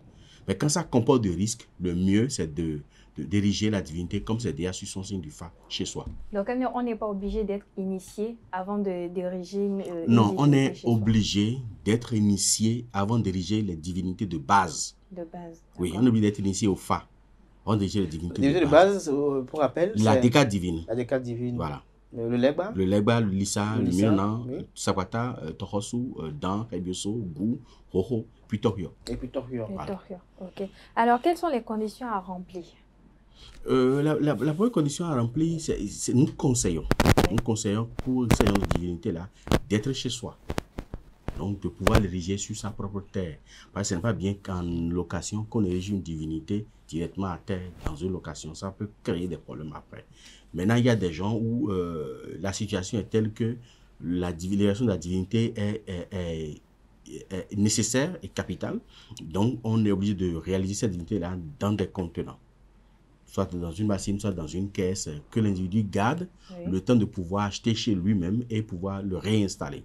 Donc, ça peut arriver, on peut faire dans ce sens-là. Mais les divinités exogènes, le mieux, la condition, c'est de pouvoir l'ériger chez soi. Chez soi. Voilà. Alors, David Kofi Azar, vous le dites si bien, est-ce que tout le monde peut recevoir une divinité chez soi? Est-ce que tout le monde peut aller chercher une divinité chez soi? Parce que, par exemple, peut-être quelqu'un, il a écouté que, je ne veux pas peut-être stigmatiser, mais lorsqu'on prend par exemple les Azévodou, comme vous les qualifiez bien, très bien, on parle de Gambada, si je suis bien cultivé. Les Azévodou sont de deux ordres. Il y a les Kenessi. Voilà, les Kenessi. Les Kenessi et les Minona. C'est les deux formes d'Azévodou qu'il y a. C'est la polarité féminine et la polarité masculine. Quand c'est la polarité féminine, on parle de Minona. Quand c'est la polarité masculine, on parle de Kenessi. Donc, c'est les deux formes d'Azévodou que nous avons. Alors, lorsque la personne connaît un peu l'efficacité de ces Azévodou-là, est-ce qu'il peut, parce qu'il recherche une sorte d'efficacité, aller les acquérir chez soi comme ça? Là, il faut faire très attention. C'est pas exprès, je n'ai pas parlé de ça, parce que acquérir les Azévodou requiert d'autres facteurs. Parce que ne peut détenir Azévodou qui veut, mais qui peut. C'est-à-dire? C'est-à-dire que pour avoir Azévodou, normalement, l'individu devrait normalement être initié, pas au fa, mais initié à la manipulation des énergies de la matrice. En un mot, on doit au moins lui lever un coin de voile sur ce que c'est que la sorcellerie. C'est capital. Et on a fond nos ans. C'est-à-dire on doit pouvoir lui révéler un certain nombre de choses avant même, ça c'est les préparatifs ça, avant même de pouvoir lui ériger. Ou alors l'individu devra recevoir forcément l'initiation de base de l'ordre des Minona. Il doit forcément faire partie d'un ordre de Minona avant même qu'on n'enclenche même le processus d'érection d'un Azévodou. Malheureusement, la plupart du temps, ce que nous observons, c'est que c'est des jeunes qui ont les moyens. Et comme ils ont les moyens, on va chercher ça et on ramène. Parce qu'on veut un effet auto-auto. On veut un effet auto-auto, mais c'est pas, on veut détourner. Puisque la plupart des Kenessi aujourd'hui sont détournés de leur mission première. La mission première d'un Kenessi, c'est de protéger la famille contre les affres et nuisances de la sorcellerie. C'est son rôle. C'est-à-dire que quand vous avez Kenessi chez vous, ça vous protège, ça protège votre famille. Femmes, enfants, qui soient là ou qui soient à l'extérieur, ça les protège. Donc c'est le rôle. Et nos erreurs, ça permet de conserver, de préserver sa famille. Mais aujourd'hui, on l'a complètement dévié de ce rôle principiel et puis ça sert à faire autre chose répréhensible. Donc c'est ça le point. Ce qui fait que ces jeunes-là qui prennent ça ne sont pas préparés pour. Puisque je vais peut-être, c'est pas de la profanation, mais je vais peut-être lever un coin de voile pour vous faire comprendre. Ça dit que quand vous avez un Kenessi ou n'importe quelle forme de Azévodou, même si ce n'est pas chez vous, et que quelque chose devrait se passer dans votre environnement immédiat, peut-être dans une maison voisine ou dans la rue qui est à côté de vous, les membres de cette confrérie qui veulent agir vont venir vous voir. Vous dites, il y a telle situation, telle situation, telle situation, on veut faire telle chose à telle personne. Maintenant, si vous avez la possibilité, la capacité, ou si la personne est proche de vous, vous pouvez militer pour son relâchement en quelque sorte. Mais si vous n'êtes pas initié, vous aurez beau avoir le Kenessi chez vous, on va passer sur votre tête et détruire autour de vous. Alors, professeur, donc c'est pour ça que c'est nécessaire que la personne soit initiée avant de détenir une telle divinité. Alors, professeur, vous avez souligné tout à l'heure le choix d'ériger les divinités plutôt dans son propre domicile. Quelle est la connotation spirituelle pour la famille? Si la divinité est érigée dans la maison familiale ou bien... Dans la maison. Lorsque vous êtes par exemple avec votre femme, vos enfants, et que vous recevez un type une divinité chez vous à la maison, est-ce qu'il y a des impacts sur vos enfants? Est-ce qu'il y a des impacts sur votre épouse? Est-ce qu'il y a des impacts sur ceux qui ont une relation de cohabitation avec vous? Mais forcément, il y a des impacts. Maintenant, lesquels? Cela dépend de la divinité. Si par exemple c'est une divinité Kenessi par exemple, ou si c'est un Torio par exemple, votre femme est obligée d'être la plus claire possible, quoi. C'est-à-dire qu'elle ne peut pas faire un double jeu. Et quand je parle de l'ordre de Kenessi, je parle aussi de Badou, y compris, parce que Badou aussi c'est un Kenessi qui est basé sur le Fa. Donc votre femme et vos enfants sont obligés d'être clairs et droits vis-à-vis de vous. Moindre rétention d'informations au niveau de la femme, ça peut lui être fatal. Si elle fait un double jeu dehors, ça peut être fatal. Si elle a un amant, elle va partir. Ça, c'est l'impact. Mais ça oblige également la femme à être la plus fidèle possible. Parce que la fidélité n'est pas seulement avoir une relation extra-conjugale. La fidélité au niveau des divinités va au-delà de ça. C'est-à-dire que si vous êtes en connivence avec quelqu'un pour compléter contre votre mari, même si vous n'allez pas au sexe, c'est que vous êtes infidèle. Si vous mentez à votre mari, c'est que vous êtes infidèle. Et que ce mensonge-là entraîne des séquelles ou des conséquences à votre mari, c'est que vous êtes infidèle. Donc, l'infidélité n'est pas seulement que le sexe, c'est comportemental également. Donc, en dehors de ça maintenant, si par exemple c'est une divinité de Lissa, par exemple, chaque divinité a ses potentialités. Lissa s'occupe de la popularité, du prestige et de l'abondance. C'est-à-dire que ce prestige-là, cette popularité-là, celui qui l'a érigé l'aura, mais ses enfants et ses femmes aussi l'auront. Si nous prenons le cas de Tauros, par exemple, il favorise les acquis. Donc, si vous avez le Taureau chez vous, que vous avez des acquis, c'est que vos enfants très jeunes peuvent commencer par réaliser. L'enfant peut avoir peut-être 20 ans ou 25 ans et a déjà construit sa maison, a déjà une voiture, a déjà ci, a déjà ça. Ça, c'est le rôle de Taureau sous ça. Pour l'élévation matérielle et financière, c'est le rôle de Dan. Il va vous élever, mais en même temps, il va élever également tous ceux qui sont autour de vous. Ça, c'est son rôle. Si c'est par exemple le goût, ça permet de débloquer et ça permet de protéger la maison. Donc, le goût va vous débloquer, va lever les blocages devant vous, mais va aussi lever les blocages au niveau de vos enfants également. Donc, si vous avez une divinité, la divinité travaille pour vous, mais travaille également pour votre famille, donc vos enfants et vos épouses. On le poursuit dans le fond du sujet, parce qu'il y a encore d'autres questions pertinentes quand même. Quel est l'intérêt d'acquérir la divinité chez soi au lieu d'aller vers son hôtel? Lorsque je prends le legba par exemple, pourquoi avoir son legba à la maison que d'aller vers le legba dehors? Pourquoi par exemple avoir le Dan chez soi alors que dans certaines communes, au Bénin par exemple, que ce soit à Ouida, à Dassa ou à Boïkon, à Bomé, il y a des dents. Pourquoi avoir Dan chez soi alors qu'on peut aller vers ces hôtels-là? Je vais vous donner juste une caricature. Dans les années 80 et début 90, on courait pour rentrer dans la maison de voisine ou dans une autre maison juste pour regarder la télévision parce qu'il y avait la télévision ici.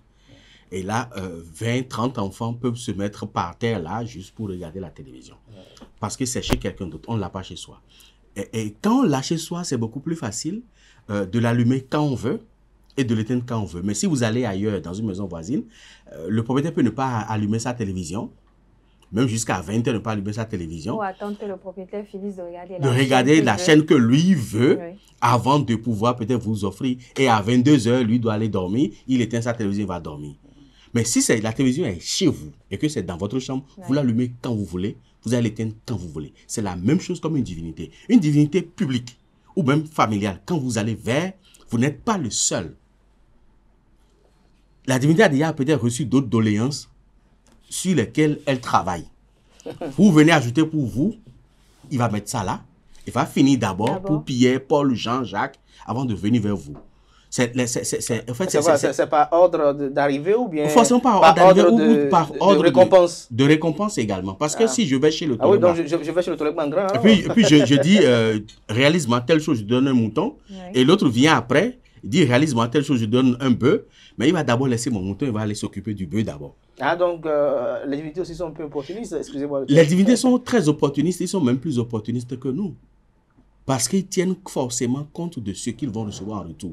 Parce que plus vous lui promettez de plus grande énergie vitale, plus il va rapidement s'occuper de vous. Mais il y a également d'autres manières déguisées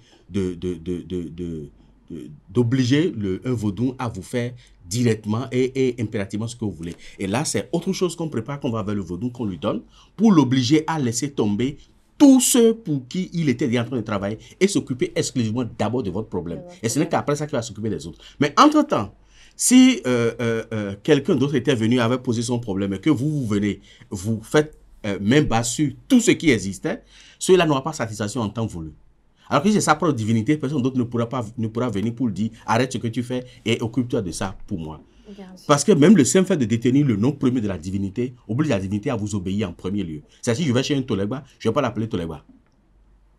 Je lui dis son vrai nom. Je connais ton vrai nom, voilà comment tu t'appelles. Voilà ce que je veux que tu fasses. Maintenant, tu arrêtes tout ce que tu fais et tu vas t'occuper de ça. Il va arrêter. Mais David Kofi-Aza, est-ce que ça ne crée pas dans la concession, dans la maison, un conflit énergétique? C'est-à-dire, vous avez le LISA qui a des domaines d'intervention qui sont peut-être asymétriques au Tohosu. Vous avez le Dan également. Est-ce que le fait de... Parce qu'on regarde, on a des gens, par exemple, qui ont peut-être plus de 30 divinités chez eux à la maison, parfois une vingtaine, d'autres même jusqu'à 40 divinités chez eux à la maison. Alors, qu'est-ce que cela fait comme impact? Les enfants qu'ils ont et qui par hasard n'ont peut-être pas pris cette voie, qu'en est-il demain pour eux dans la maison? Oui, au fait, pourquoi on a plusieurs divinités? Celui qui a Sakwata, par exemple, ne sera pas trop inquiété par rapport à la maladie, par rapport à la protection. Mais si je suis protégé, il faut que je mange. Il faut que j'entretienne la famille. Et là, j'ai oublié d'aller chercher un dent. Le dent va s'occuper de mon élévation matérielle et financière. Et son rôle s'arrête là. Si je veux préserver les acquis que j'ai, les maisons que j'ai, les parcelles que j'ai, les voitures que j'ai, je suis obligé d'aller vers Tohosu et lui demander de préserver mes acquis. Mais si je préserve les acquis et que du jour au lendemain, je décide peut-être de me lancer en politique ou dans un commerce et il me faut de la visibilité pour exceller dans ce commerce, je suis obligé d'aller chercher un LISA. Pour que ce LISA s'occupe de la popularité, s'occupe de la visibilité pour moi.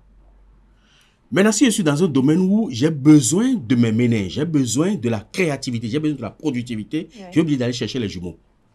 Pour que les jumeaux m'aident à créer davantage, à avoir plus la fertilité cérébrale pour pouvoir créer davantage, ainsi de suite. Donc, voilà comment ça se passe. Ce qui fait que au bout du rouleau, on finit par avoir peut-être une dizaine, une vingtaine, même une trentaine de divinités, parce que chaque divinité a ses potentiels. Le travail que d'en fait, Sakwata ne peut pas faire.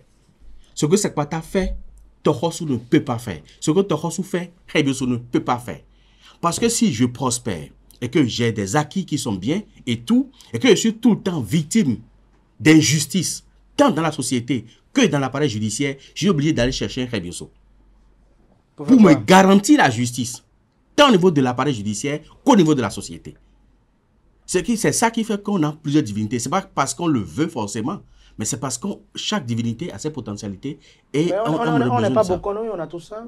On peut ne pas être Bokono et avoir tout ça. Il y a des gens qui sont pleins de Akowe ou de personnalités, de haute personnalité, de haut niveau de ce pays, qui ne sont ni Bokono, qui ne s'y connaissent pas du tout, mais qui ont presque toutes les divinités dans leur maison et qui les entretiennent correctement. Mais est-ce qu'il y a des divinités qui ne doivent pas cohabiter ensemble? Oui, il y a ces divinités qui ne doivent pas cohabiter ensemble. Lesquelles? Lesquelles, par exemple? Souvent, il y a des formes de Kenessi qui doivent être isolées de tout. C'est-à-dire? Il ne doit pas être proche des autres divinités. Pourquoi? Ça fait quoi? Pourquoi? Ils font asseoir leur hégémonique. Si, je suppose, le roi des Kenessi, qu'on appelle Azerosu, s'il est dans cette salle, toutes les divinités qui sont à l'intérieur de la salle là, lui doivent allégeance. Sans ça, aucune divinité ne peut se manifester. Il fait même bas sur tout. Donc, souvent, lui, on l'isole dans un coin quelque part et il reste seul. Dans une salle où il y a Sakwata, c'est pas très bien qu'il y ait d'autres divinités si ce n'est pas Sakwata. C'est-à-dire qu'ici, il y a Sakwata dans cette salle-là, c'est pas bien de mettre d'un côté, de mettre Orosu, de mettre Gua à côté. Il faut des chambres précises. Des chambres précises. Ça peut être côte à côte. Ça peut être côte à côte, mais pas dans... Non, Azerosu peut être à côté de Sakwata. Azerosu ne peut être à côté de Sakwata non plus. Sinon, Sakwata ne pourra pas se manifester. Pas à côté, même si il y a des chambres côte à côte? Il y a des chambres côte à côte, oui. Mais généralement, les Kenessi, on les isole. Parce qu'ils sont très dangereux. Comment? En tout point de vue. Expliquez-nous un peu la dangerosité qui fait peur. Si un Kenessi est quelque part, s'il n'est pas isolé, aucune divinité ne peut se lever pour vous faire du bien ou vous protéger sans passer par lui. Alors que certaines divinités pourvoyeuses de richesse ne supportent pas l'huile rouge. Mais tous les Kenésis consomment l'huile rouge. Okay. Donc, si Dan est obligé de venir chez Azéros pour lui faire allégeance avant de produire le bienfait il sera souillé. Et ça vous crée des problèmes, ça? Ça va vous créer des problèmes. C'est pour ça qu'il faut on l'isole carrément, on le met vraiment isolé des autres divinités. Mais est-ce que dans leur impact, interaction sur vous, est-ce que là aussi ils ne sont pas en conflit? Non, ils sont pas en rivalité. Ils sont pas en conflit, mais c'est que partout où Azéros se passe, puisque vous savez que les divinités s'arrêtent au niveau de Sapata. Au-delà de Sapata, c'est les Kenésis et les Minona. Et au sommet, il n'y a plus personne si ce n'est pas Dieu. C'est ce qui fait que les Minona et les Kenésis considèrent les autres divinités comme des sous-hommes, comme des sous-divinités. Divinité de Minona, par exemple, c'est quoi? Minona, c'est la Shakti de Kenésis. Donc, et Minona et Kenésis considèrent que toutes les autres divinités sont des sous-divinités. On peut avoir les deux chez soi? On peut avoir les deux chez soi. On peut avoir Minona chez soi, comme on peut avoir Azéros chez soi. Alors, est-ce qu'il y a une façon particulière d'ériger une divinité? Oui, mais est-ce qu'il y a pas de façon particulière? Il y a une façon presque standard d'ériger les divinités. Et qui doit aider à ériger? Celui qui doit ériger les divinités, c'est forcément pas seulement celui qui s'y connaît. Parce qu'on peut, à force de fréquenter des vaudounos, on peut savoir, on peut découvrir comment on érige la divinité. Mais cela ne vous donne pas autorité à ériger une divinité. C'est qu'après la connaissance satisfaisante et votre capacité de pouvoir le faire, on doit vous transmettre l'autorisation. Et on a vaudounos en taconné. On doit vous transmettre l'autorisation. C'est ça qui vous permet de le faire. Sinon, savoir comment ça se fait et extrapoler votre initiateur pour le faire, il y a certains qui le font, hein. Il y a certains qui le font et qui s'enorgueillent parce qu'on ne leur a pas transmis la connaissance, mais ils trichent, ils essaient de voir comment ça se fait. À peu près, s'ils maîtrisent ou s'ils ne maîtrisent pas, ils vont dire qu'ils savent le faire et ils vont le faire. C'est que ça crée de problèmes à celui à qui on a fait. Et ça crée de problèmes à celui qui l'a fait aussi. Et quand ces problèmes-là commencent à arriver, on va peut-être penser que c'est autre chose. Mais c'est parce que vous vous êtes octroyé un privilège dont vous n'avez pas autorité. Donc, il faut d'abord savoir comment le mécanisme, comment les divinités fonctionnent, savoir comment on l'érige et recevoir l'onction nécessaire d'un ascendant pour pouvoir le faire. Alors, à long terme, pourquoi on ne peut pas mettre Sapata et Dan ensemble? Non, on ne peut pas le mettre ensemble. Pourquoi? Vous savez, Sapata, la plupart consomment l'huile rouge, comme je l'ai dit tout à l'heure, et la plupart des dents ne consomment pas l'huile rouge. Les dents consomment beaucoup plus l'huile blanche. Ça fait un. Deuxième chose, si c'est un couvent où les initiés doivent se manifester, l'initié de dents peut rentrer dans le couvent de Sapata. Comme l'initié de Sapata peut rentrer dans le couvent de dents. Mais les divinités elles-mêmes, Sapata, on a pour mener beaucoup.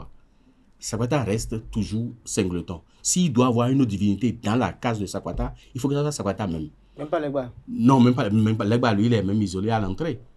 Dans la salle, moi, dans la salle où j'ai mon Sapata, Nyonko qui est la mère de Sapata, il y a Zoji qui est dedans, et il y a Kurosu, leur père, qui est dedans. Pourquoi? Les trois sont côte à côte. Pourquoi? Vous avez mis?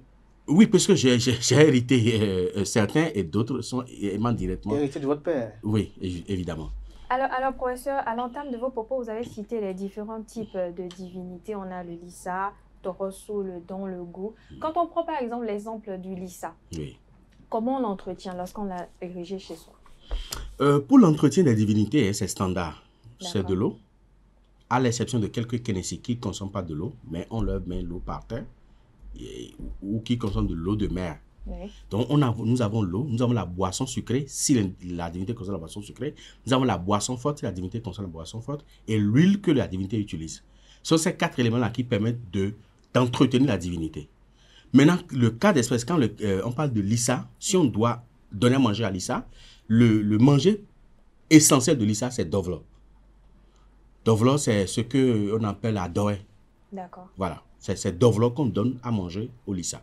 Et bien, les autres divinités, par exemple, le Sapata, c'est haricot. Ça dit que celui qui est sous l'influence de Lissa ne doit pas manger le Dovlo. Mais il doit manger Dovlo, puisque c'est ce que son Lissa aime. Voilà. Il doit manger Dovlo.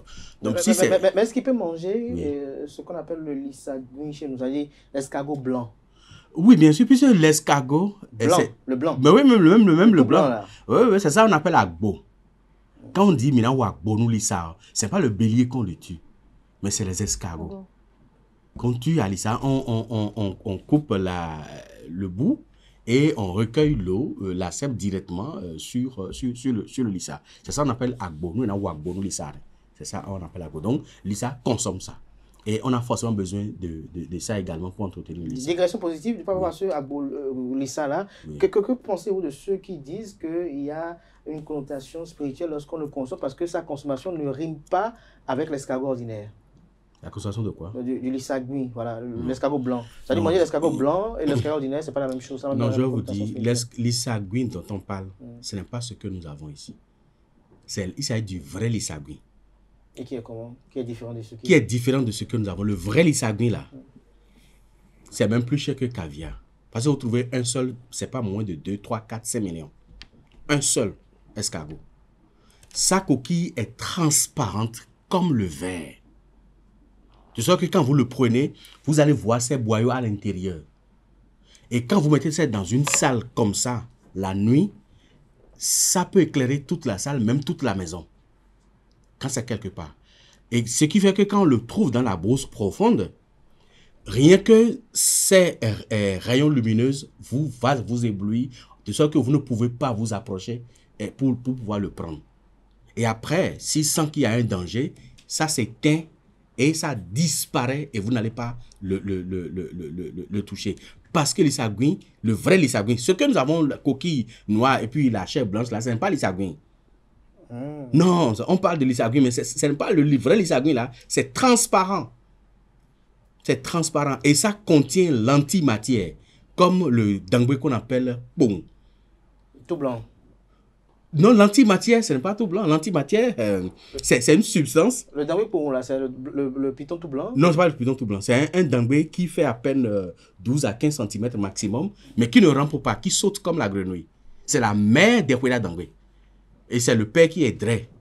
Donc c'est la mère des huela dangbe. Ce dangbe là, quand il touche le mur, il est de l'autre côté. Quand il touche le mur, il est de l'autre côté. Il a l'antimatière qu'il active à tout moment. Chez lui. Et cette antimatière est utile à quoi? L'antimatière est très utile. C'est ça qui a permis de construire la pyramide. Les pyramides que nous avons un peu partout, en Égypte ou chez les Mayas et chez les Aztèques, tout ça.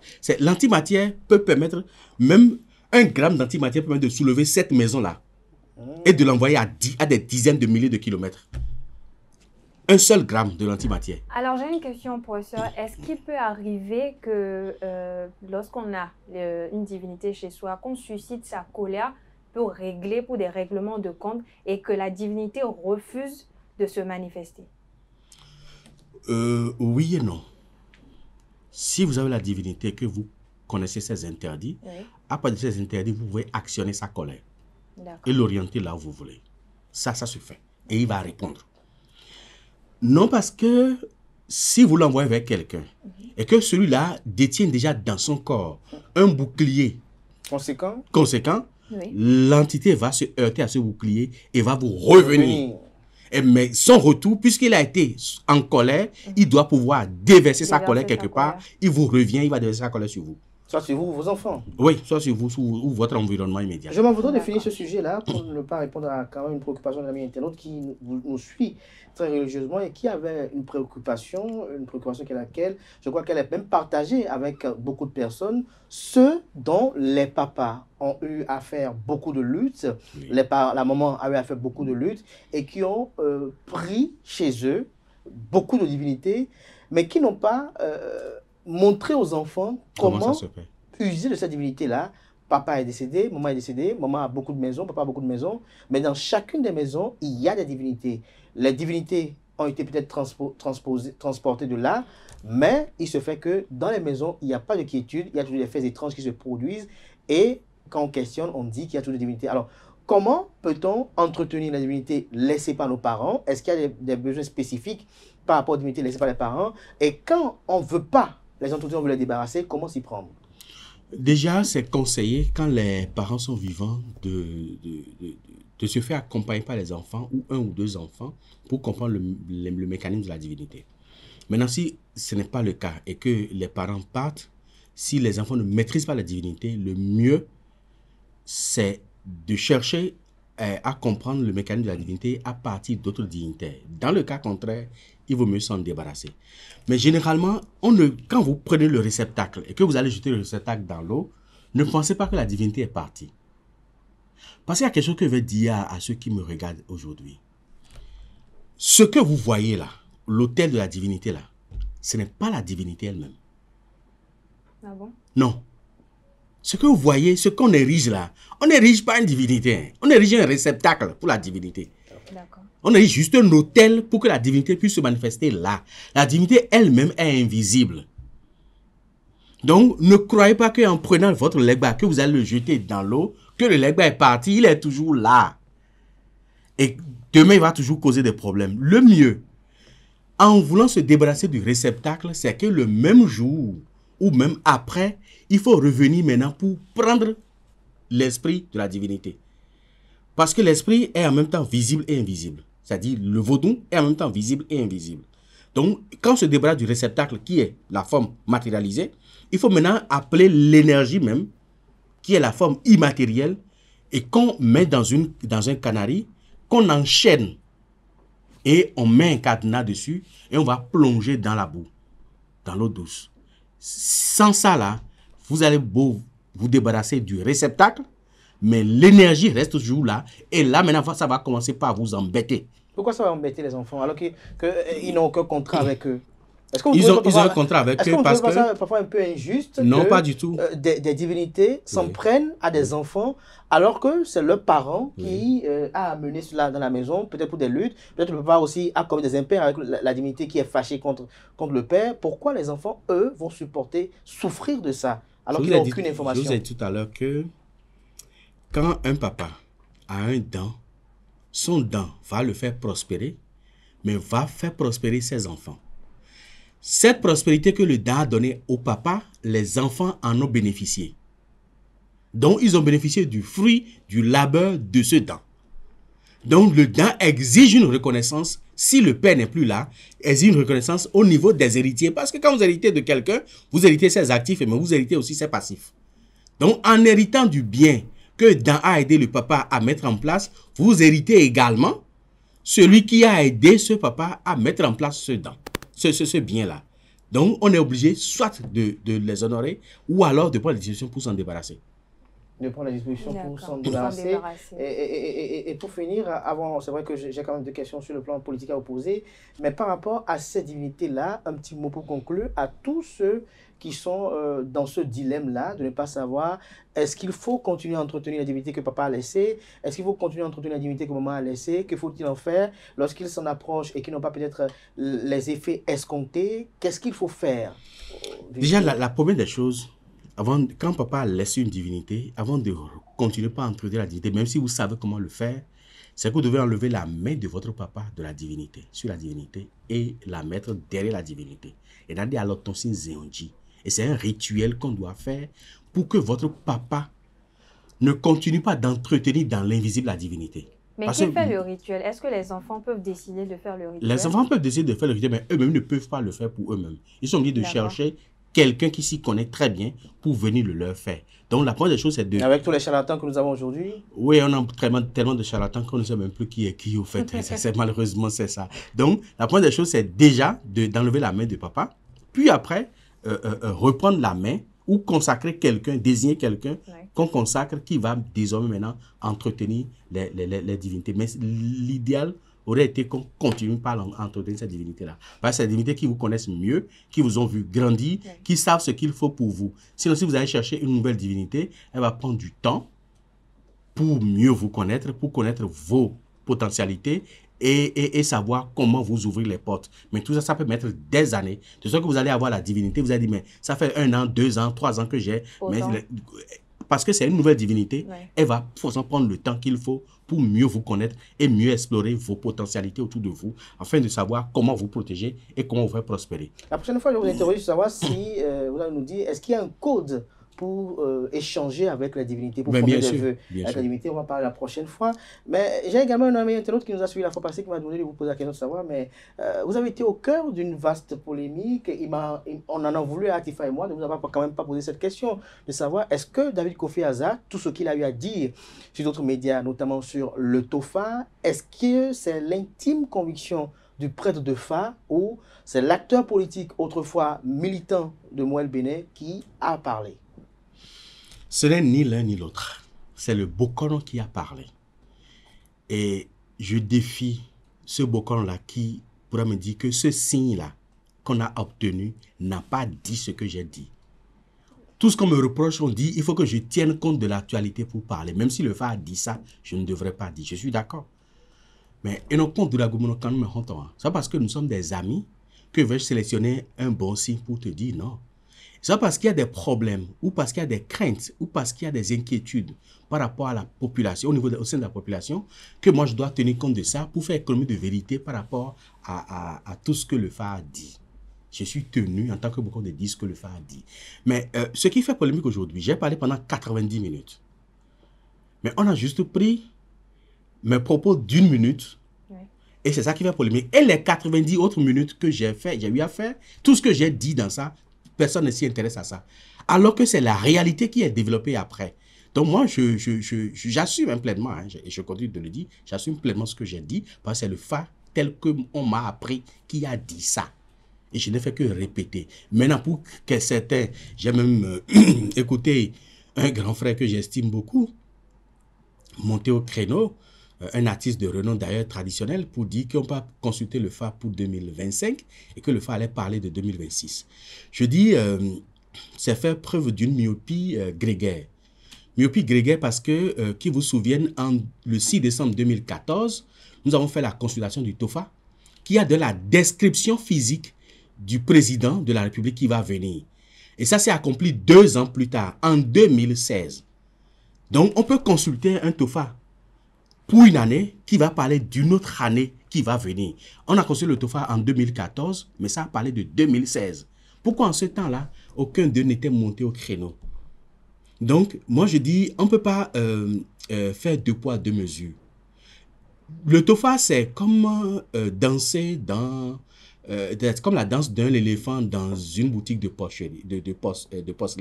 Soit vous cassez tout, soit vous aurez... Puisqu'il y a des fois où le TOFA est favorable pour la population, et là, la population applaudit et vous devenez l'ennemi des gouvernants. Il y a des fois où le TOFA est favorable pour les dirigeants. Les dirigeants vont vous applaudir, mais vous devenez l'ennemi de la population. Ça a toujours été comme ça. Je me rappelle même du TOFA, le tout dernier TOFA que le roi Benzin a eu à faire en 1893, où Guédégbé lui déconseillait de continuer avec la guerre. Mais Benzin a demandé à ce que Guédégbé soit décapité. Il a dû fuir pour aller à Savay. Donc, des choses comme ça, ça arrive. Mais il faut comprendre qu'on ne peut pas voir le contexte ou voir l'actualité pour interpréter le FA en faisant rétribution d'informations, des rétentions d'informations et ne pas dire la réalité. Alors, donc, David Kofi Azar, est-ce que vous soutenez Patrice Talon? Patrice Talon n'est pas mon ami, n'est pas mon ennemi, mais c'est mon président de la République. Aujourd'hui, c'est lui qui est là. Vous êtes toujours en politique ou vous avez quitté? Vous avez pris une pause? Non, la politique, c'est un état d'esprit. C'est un état d'esprit. Il y a aussi une question que je m'en voudrais, personnelle. Le TOFA, autrefois, il se faisait devant un roi. Oui. Aujourd'hui, vous le faites devant un président de la République qui est à même de faire un mandat renouvelable une fois. Est-ce qu'il n'y a pas un vice de procédure à ce niveau-là? À quel niveau? Je pose la question, puisque le TOFA se fait à un roi, maintenant il se fait à un président de la République. Est-ce que les divinités... je ne sais pas. Le TOFA a une histoire. Le TOFA a été fait avant, ici, de 1715 à 1889. Le dernier TOFA est le 2 décembre 1889, c'est terminé. Mais pendant ces 175 ans du TOFA, il y a une période de 21 ans où le TOFA a été fait exclusivement par la population. De 1797 à 1818. Pendant ce temps, il y avait seulement la population qui organisait, qui finançait le TOFA. Mais après, quand le roi est revenu, le roi Guézo est venu, il a repris encore le TOFA en main. L'idéal aurait été que le TOFA soit fait devant le président de la République. C'était l'idéal. Et pendant plus de 17 ans, ça a été fait seulement, exclusivement au niveau de la population. Aujourd'hui, le gouvernement a pris, a pris sur lui la charge d'exécuter ce rituel-là et d'affirmer, et d'afficher, et d'assumer pleinement l'identité du Fa. Donc, on ne peut que s'en réjouir, au fait.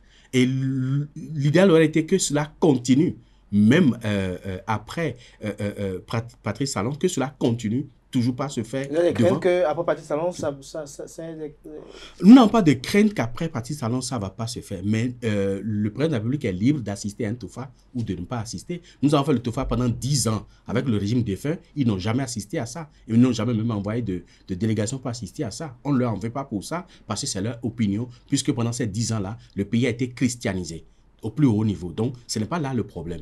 Mais nous, notre problème, c'est que après Patrice Talon, que celui qui vient refuse de le faire ou pas, le TOFA va devoir continuer. Oui. Merci à vous, David Kofi Aza, pour ces moments d'échange assez riches. Merci à vous, Atifa et Itayo Lafa, d'être restés avec moi pour conduire cet entretien. J'étais avec David Kofi Aza, qui est prêtre de Fa, président du CONASEB, le Conseil national des cultes endogènes, également prêtre de Fa, grand maître de l'authentique universel ordre de la Reine Mère. Merci de votre attention, portez-vous bien. Belle suite de programmes sur ESAE TV.